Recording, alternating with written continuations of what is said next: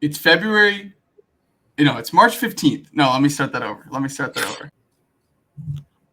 When Bama lost to Florida in the SEC tournament, giving up 100 points again, they had lost 4 or 6 games.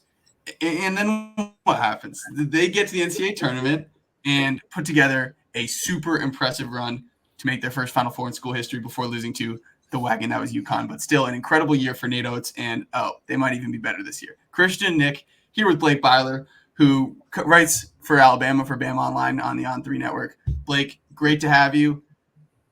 I mean, this roster is just unreal. You bring back Sears and Nelson, some really interesting transfers. Chris Youngblood is a guy that I really like. Tell me what you've been hearing about how this offseason's gone for Alabama. And, I mean, the expectations are through the roof. This could be the best team in the country right off the bat.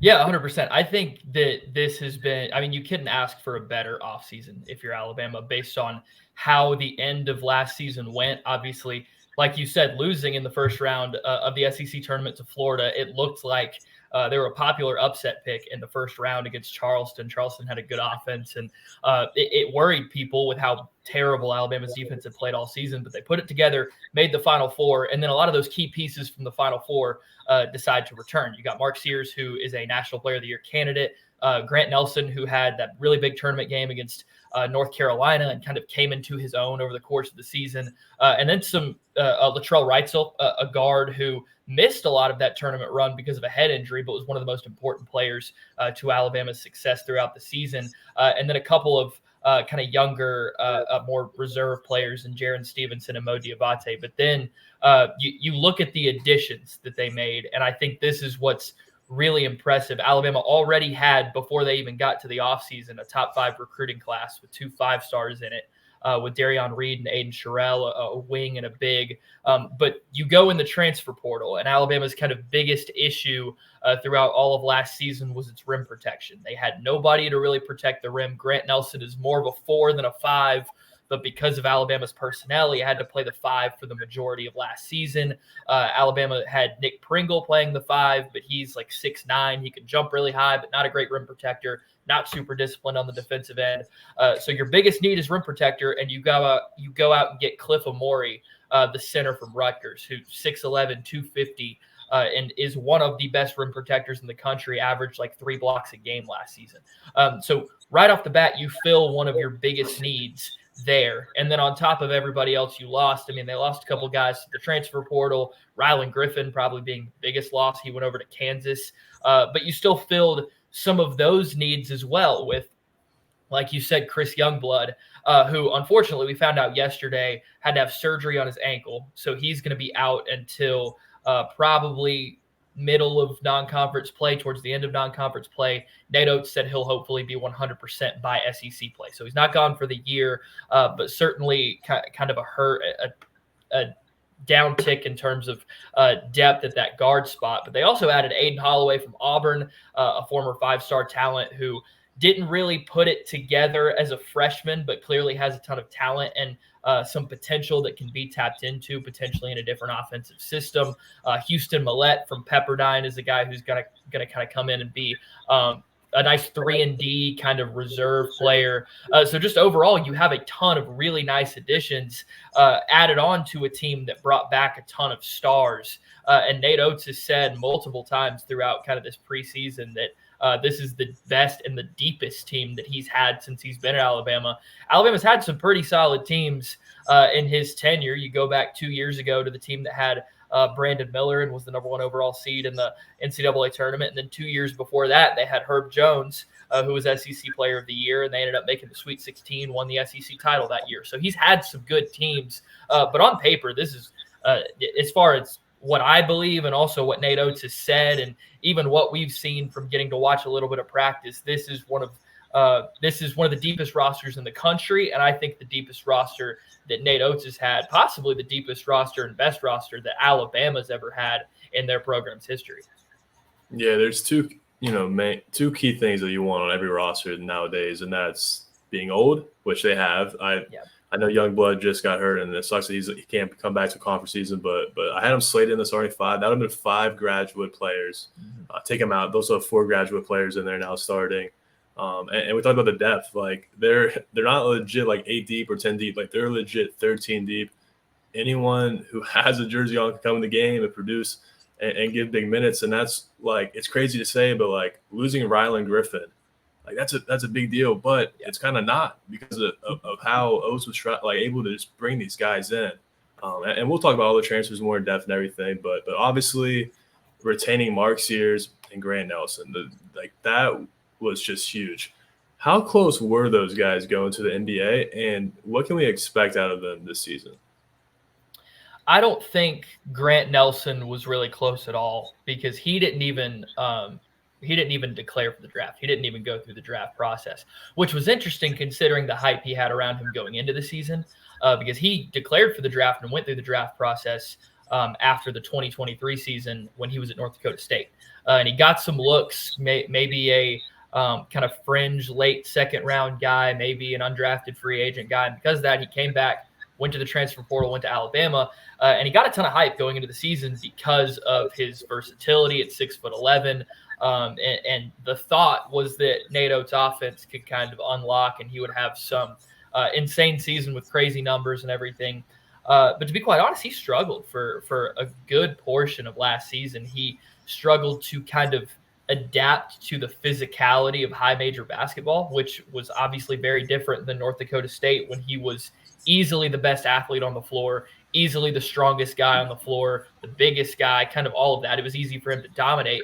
It took a while for him to kind of come into his own and understand what the kind of grueling physicality of every single game in the SEC or playing the kind of non-conference schedule that Alabama plays. But by the end of the season, we all saw what he did against North Carolina in that Sweet 16 game I mentioned, and he had a good game in the Elite Eight against Clemson, and then even in the Final Four, he had a really solid game and held his own against Klingon and UConn, had that dunk over Klingon that everyone remembers from that game. So he, I feel like with another year under his belt, is going to be much improved. And also now with Amori in the fold at the 5, he can play that power forward spot at the 4 and be much more comfortable, whether it be on offense or defense, because defensively he struggled defending true bigs. But then offensively, whenever he has a mismatch of kind of a smaller 4-man on him, he has a lot of moves, a lot of kind of finesse to his game that he can take advantage of in the post, or whether it be driving from the wing or anything like that, because Alabama really likes to play 4 out. And then as far as Mark Sears goes, he made a huge jump from his first year at Alabama to his second year at Alabama. I was trying to think because it's his 5th year. I almost said sophomore to junior, but really it was his junior year to his senior year at Alabama, because he was kind of second fiddle to Miller his first year after transferring in from Ohio. And he was a really solid player, but I don't know if anybody at Alabama expected him to make this kind of jump to an All-American level player. He's one of the best shooters in the country. He's an incredibly efficient scorer. I think he was shooting – he almost had a 50-40-90 season. I think he missed it by a couple percentage points at the free throw line. But he's an incredibly efficient scorer. And now I think it's even more exciting to see what he's going to do, because he doesn't have to bear as much weight as far as a scoring load and as far as an offensive load goes. He hardly ever left the game last season. There were games where he was playing 38, 39, 40 minutes. But now with how deep this Alabama team is, also the fact that they have multiple other kind of ball guards and guys who can kind of lead the offense, whether that be Aiden Holloway, whether that be freshman LeBaron Philon, who the staff is really high on and who's had a really good summer and start to practice. There are other guys who can play point guard that don't make Sears have to or that make it to where Sears doesn't have to do it the entire time. He can also play a little off ball. So, of course, he's one of the best players in the country. I expect him to have another good year. And also the fact that he improved so much. We've seen that kind of across all of college basketball. Guys that transfer up from mid-major to high major, they have a good first year, but then it's really that second year that they're playing high major basketball that they make a huge jump. So we saw that from Mark Sears last year, and that's kind of something that I expect from Grant Nelson this year with him deciding to come back. I mean, Blake, this roster, I can't get over how good this team is. Like, okay, first of all, just quick on Grant Nelson, the Dakota Durant is an awesome nickname. That mixtape fan North Dakota has still made it. They're making its rounds still. Like, And you're right. Like, it did take him some time, right? Like, dealing with the physicality, and the 3-point shot was just wasn't there. Situationally, it was there at times, but like, he's a better than 27% shooter from deep. Evidenced by his 81% from the free throw line. I expect that efficiency to go up this year. And then Mark Sears, you talk about his growth. After that first year at Bama, like, man, is he? It doesn't get better than him as a collegiate point guard. At his size, a guy who can his handle, his vision, his shooting, his finishing at the rim, his passing. Defensively, he was fantastic, especially in March. I can't think of a point guard in recent memory, like not like an NBA point guard, like a college point guard, like a guy like a senior point guard, to play at this level that has this much talent around him. I'm trying to think of another team that has a point guard at this level with this much talent around him, which is one of many reasons to be excited about Alabama. So now I want to ask about how just all this depth is going to shake out, right? Because a guy like Trell, you guys call it Trell Wrightsell Trelly, right? That's his nickname. That's the nickname the team has for him. They all call him Trelly. So you got Trelly. So Youngblood, we know is on the is gonna be chilling for a second, but like, man, Jaren Stevenson could have potentially gotten drafted if he left, and like he's a depth piece. Cliff Omori comes in, obviously, is you talk about the rim protection and just the finishing at the rim. Nick and I were talking about how they probably won't need to post him up because the offense can be so efficient. Like, they don't really need him to do that. Can you tell us about these freshmen? Because if they're good too, like, I don't even know. Like, tell me about Cheryl and Reed. Okay, so we haven't seen much of Reed yet because he didn't practice. We had a practice viewing yesterday. He wasn't practicing at a brace on his left hand. He has like a minor hand injury. Oates expects him back by, I think, Alabama's first scrimmage in like 2 weeks, 2-3 weeks. So he's not out long term, but he's a guy who I think he plays really good defense. He's kind of a longer wing at 6'8". He's not necessarily a like bucket getter scorer. He can score, but I think more of his role is going to be a very defensive-minded player. He's a slasher. He can finish really well at the rim, and he has been talked up as being very coachable. He hustles. He goes and gets rebounds. He played for the Team USA under-18 team this past summer, and I think he had a couple double-doubles, and a lot of them were just layups, putbacks. He's a guy that can do all of that, which is nice because Alabama is a little thin at the 3 spot, and not that they don't have capable guys, but like you said, Nick, I had Chris Youngblood slotted in as a starter, as probably at that 3 spot because they're going to start Sears and Reitzel at the 1 and 2. But Youngblood's 6'4" versus 6'8" in Darion Reed. So he's a bigger guy that can play there if you want to go bigger. And then Sherrell, he's a 7-footer. He's a really good rim protector, but he's also a really good shooter, which is going to make for some really interesting potential lineup combinations for Alabama. And he's a guy who I think could have started if Alabama didn't go out and get Cliff Omori. But you never really want to rely on a freshman center, especially in the SEC with how many good bigs there are in that league. So it's good that he's able to sit behind Omori, and as he adapts to not just the physicality of the SEC, but college basketball as a whole, being a freshman, he's going to get to improve throughout the season. I think he could be a really big contributor as the season goes on, maybe later in January, February, March, once he's kind of adapted to what college basketball is like. But the things Alabama can do offensively with him as a shooter on the outside, they can play 5 out. They could play him next to Grant Nelson and move Grant Nelson into the post against maybe a bigger guy. He can pull bigs out to the perimeter to have to defend his shot. And you know how much Alabama likes to shoot 3. If they have a 5 that's making threes, that's going to make their offense even more dangerous. And then one other freshman I want to give a shout out to is LeBaron Philon, who I mentioned earlier. He's a point guard who decommit, or he didn't decommit. He requested out of his letter of intent from Kansas pretty soon after Rylan Griffin committed to Kansas. And so it was almost a trade, Rylan Griffin for LeBaron Philon. But he ended up decommitting or getting out of his letter of intent from Kansas, committed to Alabama a couple of weeks later. And he has been, I think, probably the surprise of the entire roster as far as expectations versus what he's been doing. He's had an excellent summer from everything that we've heard. And he's just kind of got, he's about a 6'3", 6'4" point guard, but he's got this like bulldog mentality when it comes to defending, which is something that Alabama's been missing, especially last year. They didn't have a ton of great perimeter defenders. So he has been making things difficult on Mark Sears and Aiden Holloway in practice. He's a good scorer. He's a pretty decent shooter. He's winning every drill. He's hustling. And he's a guy who I think is going to be hard to keep off the floor because of all of those things and all of the kind of intangibles that he brings and the things that don't necessarily always show up on the stat sheet. So he's a guy that's going to play and a guy who just adds to this insane depth of this team, because I could just go down the list and have a ton to say about every player, because you go down 1 through 13 and pretty much all of them can play. And I don't know how Nate Oates is going to come up with a rotation for this team. I don't know who's going to play the most. I know Mark Sears is going to play a lot of minutes, but outside of that, I don't really know.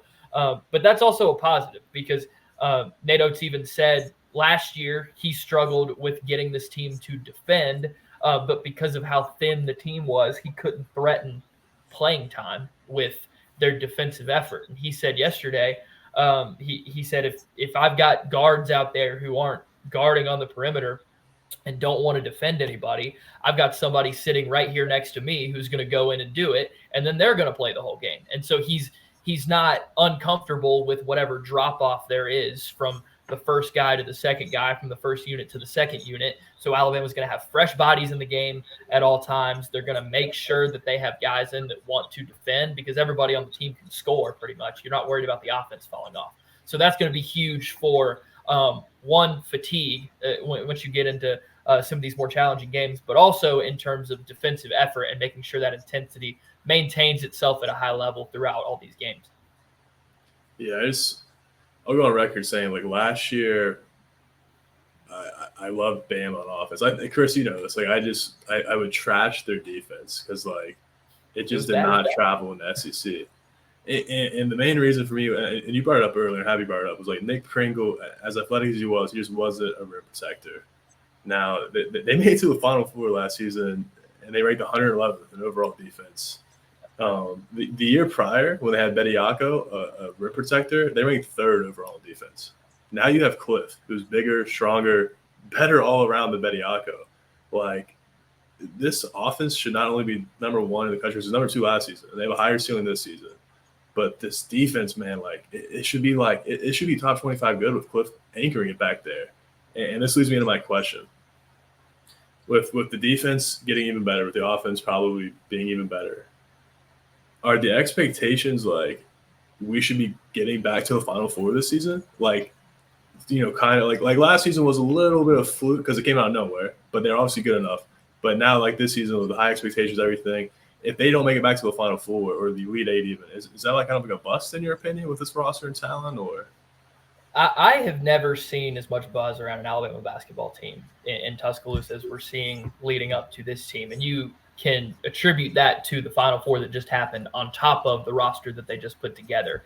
I really struggle with calling teams Final Four bust, or you have to make it this far in the NCAA tournament, because of how random the tournament is. It's hard to I mean, you can think of all of the great teams and great regular season teams that have been bounced early.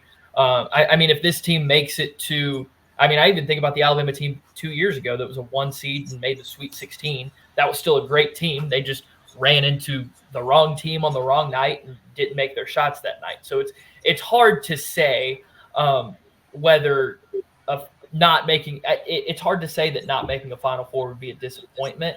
But I really look at regular season success just kind of as a gauge for how good a team should be. And I think this team should be right there at the top for the SEC championship in the regular season.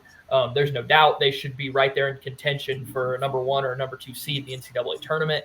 And what they do in the regular season will set them up for the path that they have in the NCAA tournament. I think they have the talent to win the national championship. I think that's on the table. I think making it back to the Final Four is absolutely on the table. They had, on paper leading into the season, we haven't seen any basketball played yet, but on paper they have one of the best teams in the country. And it's hard to find 4, 5, 6 teams that are better than them whenever you're stacking up roster to roster. So to answer your question, I expect them to be Final Four good. I expect them to be national championship good.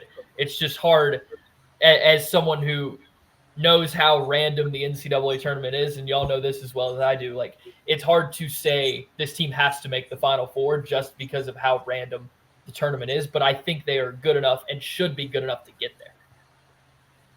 Right. And I mean, Nate Oates has established himself quickly as one of the best coaches in this sport, and people love to have short memories. Like, I'm happy you brought up, Nick, how good the defense was, not only in 2023, in 2021 it was the top 3 defense as well. And it's like people have in their minds, oh, Nate Oates, fast pace, 3 scoring. That doesn't mean they can't be a great defensive team too. Herb Jones is already killing it in the league as a defender.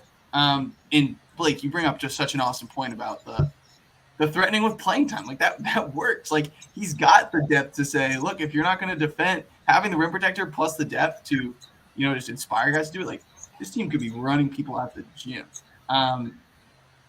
So I want to talk about just some of the wing and guard depth. So you bring in Houston Millette, like, literally before this tournament run. Right. When they were putting overtime in the portal. We were just on with Rutgers, so we know Cliff saw a handsome payday, and I assume that's how Aiden Holloway was wooed from Auburn.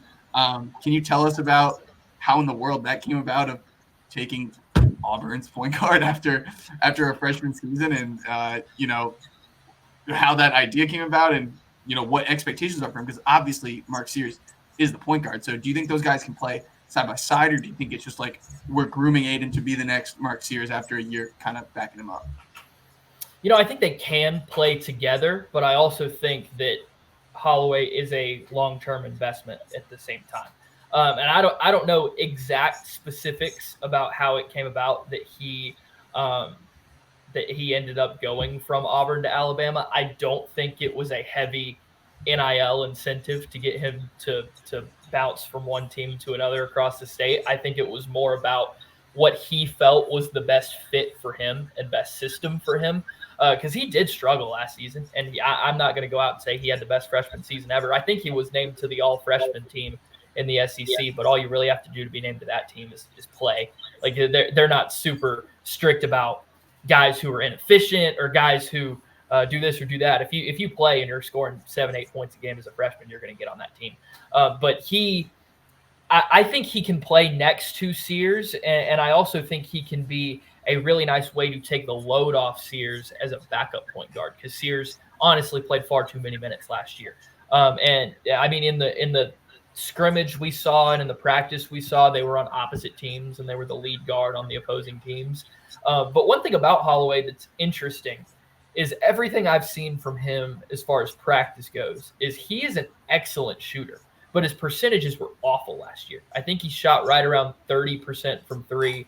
And from all the film I've watched and things I've seen from him at Auburn last season was that his shot selection was very poor. A lot of shots taken off the dribble, a lot of shots taken coming off screens, being really high above the three-point line, and just not really smart shots. And if there's one thing you're going to get at Alabama is efficient, wide-open looks that come from the movement and the system that you play in. So I expect that three-point percentage to rise. He's also just really quick and really fast. Like, he's got a high motor and gets up and down the floor at lightning pace. And so to run Alabama's offense and to run at the pace Nate Oates wants to run at, he's a really good player that fits that mold. But obviously Sears is gone after this year. And Holloway, I don't expect to have some type of year that's going to get him drafted or anything like that. I don't expect him to leave for the NBA. So if he doesn't transfer, which is obviously an option for everybody these days, he could very well be the starting point guard for Alabama the next season. And so just being in the system, like, that's definitely a possibility that he's being groomed to take on that role as kind of the next starting point guard. But also he's now in a system where he feels like his talents can be best used. And, Auburn people might say differently. They might say that he was terrible or that he didn't play well, which is true. But sometimes some kids just need a change of scenery and need a new system and a new place to potentially flourish. We've seen that with other 5-star recruits that have started at one place, didn't really work out, and went somewhere else, and it was great. So I expect him to have a solid year. I don't expect any eye-popping numbers or anything like that. I think he's going to be a solid backup. I think he'll play next to Sears because Oates has played multiple guards and multiple point guards together plenty of times in the time he's been at Alabama. So he'll be on the floor. But just as far as how much, that is fully going to be determined on how well he shoots, how well he defends, things of that nature. Because like we've talked about, there's a ton of depth and a ton of other guys that can play if he's not playing well. Chris, this is a non-personnel question for you, Chris. Why is Nate Oates the most fearless coach in the country? The schedule. Yeah, last year was the number one schedule. I think in the country for sure. I think in the they whole were like 6-4 or something with like 10th on Ken Palm or something. There's something crazy. It's an insane schedule, and the guy's fearless. Like, he wants to play the best teams, and he did it again this season. And I mean, Blake, you're in for a treat, man. I mean, this is the non-con schedule. I have it right here. They play Creighton, Purdue, McNeese State, who, if you don't know McNeese State, they're one of the best teams out of the Southland. Play Illinois, Houston, Rutgers, UNC, Notre Dame.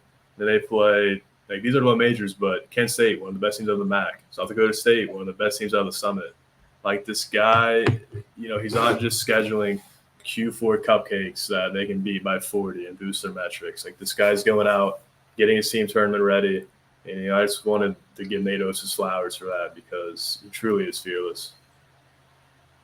Yeah, I think the schedule and the way that he schedules is, one, great for the sport because we don't have to go watch top teams go play, like you said, like Q4s at home all throughout November and December and not have anything to watch. Like, he gives us quality matchups that are good for the sport to watch in November and December.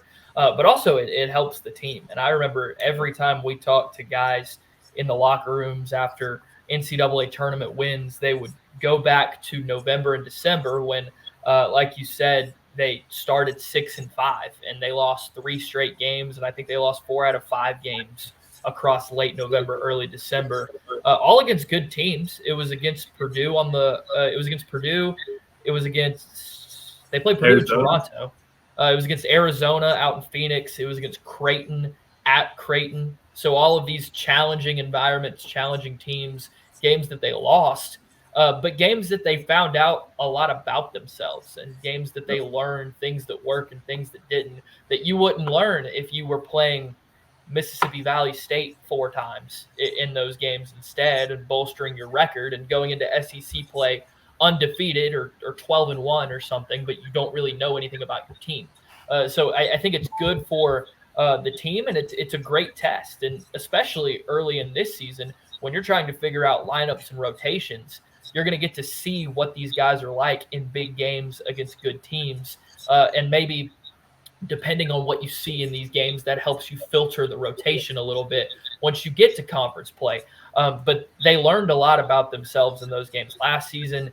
Nate Oates is always scheduled really tough in the non-conference. And so it's fun for us to cover. It's fun for fans because you get to go watch teams. You get to go watch your team play an exciting opponent. And really this year it's crazy because I think game 2 is when they're playing McNeese. It's either game 2 or 3 that they're playing McNeese.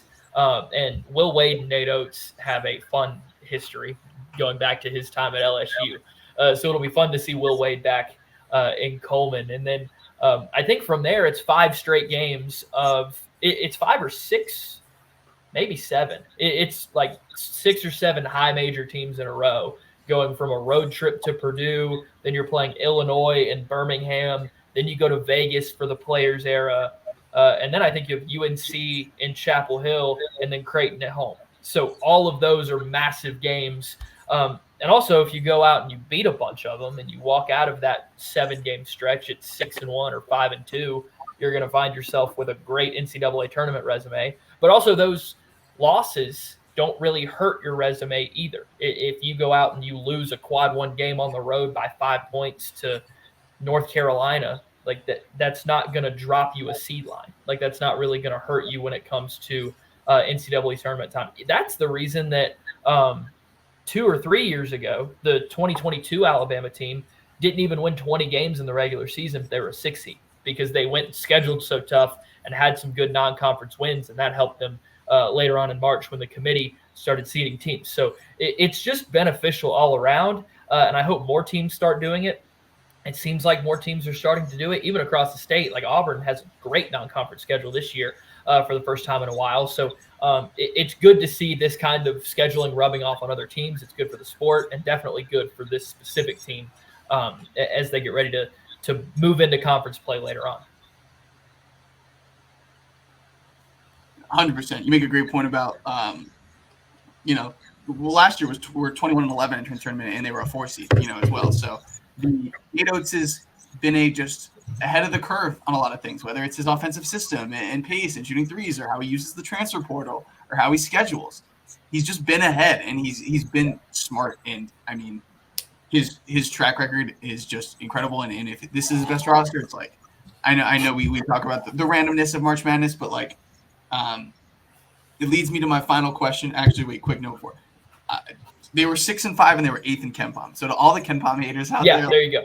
Like the people knew, because that schedule, record aside, that team was, obviously capable of the Final Four. But my last question is, if this team isn't a 1 or 2 seed, assuming health, why not?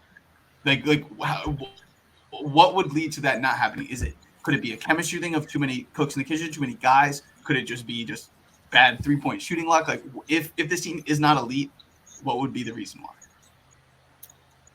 That's a good question. I think that it would have to go to chemistry, just because basketball reasons it wouldn't make sense. Like, there's just too many good players. There's too many good shooters for them not to be a good shooting team. There's too many, like, maybe if you said barring injuries, so taking injuries out of it, like maybe they decide to not want to defend, but from what it sounds like, they will be, and we know they have good established rim protectors. So I think it would be a chemistry issue and an issue where the rotation can't really get figured out. You have guys upset that they're not playing enough. You have former 5-stars upset that they're not playing enough. And that would kind of cause the locker room to devolve and spiral and get out of control. And it's tough, too, because they play this tough schedule, but it's hard to see what negativity creeps into the locker room if they lose a couple of those games early. Like, that's where you could see things kind of go off the rails if they were going to. If they lose a couple of these tough November, December games, and then you get young guys upset about not playing enough, or you get transfers who came there to play, not playing enough. And I think that would be the scenario where you see the season kind of go off the rails. But at the same time, everything we've heard from Nate Oates, I mean, I've talked to assistant coach Preston Murphy, like, they love the character of the guys that they've recruited, and they love the kind of camaraderie that's already being built on this team. And they say the thing that I've told fans who have brought up this point, all of these guys knew who was on the roster when they committed. Like, maybe outside of Houston Millette, who committed before the tournament started. Like, all these other guys like Amori and Holloway and even LeBaron Philon, who committed late in the cycle, like they saw the roster and they knew the pitch that was being given to them. I'm sure Nate Oates and his staff weren't like, yeah, you're the last addition. I'm sure they were like, hey, we're going to get you, and then we're going to go get some other guys, and we're going to try to build this team. Mark Sears knew the guys that were going to be on the roster when he decided to come back. Same with Grant Nelson. Same with Jaron Stevenson. So they knew that this was going to be a stacked team, and they chose to be a part of it. And so that's one reason I believe that they're going to be okay with what minutes they play. But ultimately, if they're caring about winning and they want to win a national championship and be the best team in the country, they're going to be able to kind of set that aside and kind of embrace a team-first mentality. But definitely a concern. I totally understand that being a concern because you've got so many guys on this roster that have the capability of playing. But obviously, before we've even played a game, it sounds like they're not too worried about that because they like the guys and the guys like each other. But we'll see what happens on that front once they start getting tested and once they face some adversity. That's when we'll really see what this team is like on that front. Well, Blake, you've been a fantastic guest. Super informative on this Alabama team. Last thing I'll just leave with is, if this team can defend, can grab defensive rebounds and enforce some turnovers, which was their two kind of glaring areas of weakness there, like, good luck, because this team is going to be so hard to guard. You've got maybe the best point guard in the country. Nate Oates continues to just, as I just gassed him up, like, do things that just be a bit ahead of the curve and do things that are just logical. Like, hey, maybe like if this point guard on Carolina can't shoot, maybe I should just not guard him. Or like, hey, maybe I should keep recruiting these like 6'9", 6'10" kids who can shoot threes and are athletic. Like, like he's just killing it, man. You guys are very lucky to have him down there in Tuscaloosa, and we're really excited to watch this team. And like, okay, this is kind of crazy, but I see some parallels to 2018 Villanova. I'm just going to throw that out there. I see some parallels to 2018 Villanova. Hey, that's high praise. That was a good basketball team.